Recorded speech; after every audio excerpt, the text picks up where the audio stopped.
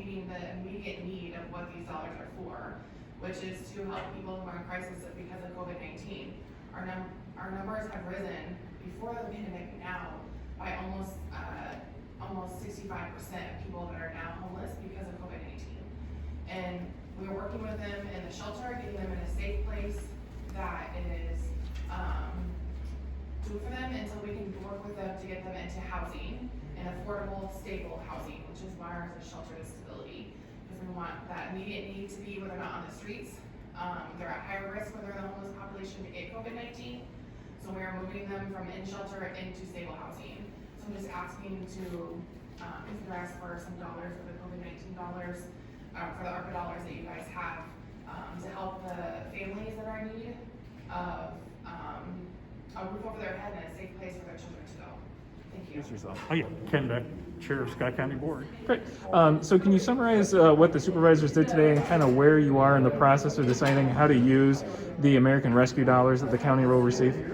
Well, today's objective was to summarize the appropriations of the money for the ARPA, and that was the purpose for today.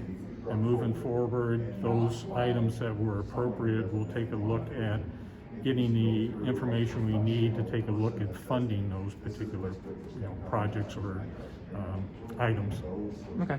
And then can you summarize kind of briefly some of the top items that the supervisors decided to allocate?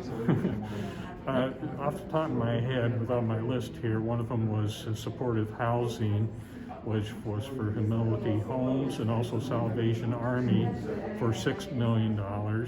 The other was for the COVID-related items for a new detention center, which was $7.2 million for that. And I think the third one was for infrastructure improvements for the Mount Joy roadway system drainage as well as Parkview area drainage items. I think that was the third one. Yep.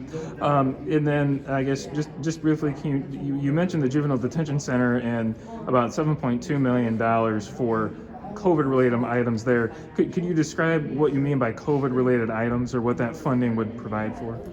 Yeah, we'll get a better understanding of that tomorrow when the architect gets here, but it's, as David had mentioned it was for enhancing areas of the detention center for when or if another pandemic would come through, that you can separate the kids, spread them out, outside services, air handling services, all those items that are required to help reduce the spread of a pandemic virus.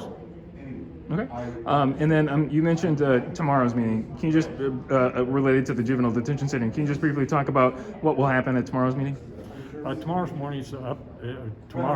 meeting in the afternoon is to get an update from the architect to indicate how the design process is going, what it looks like.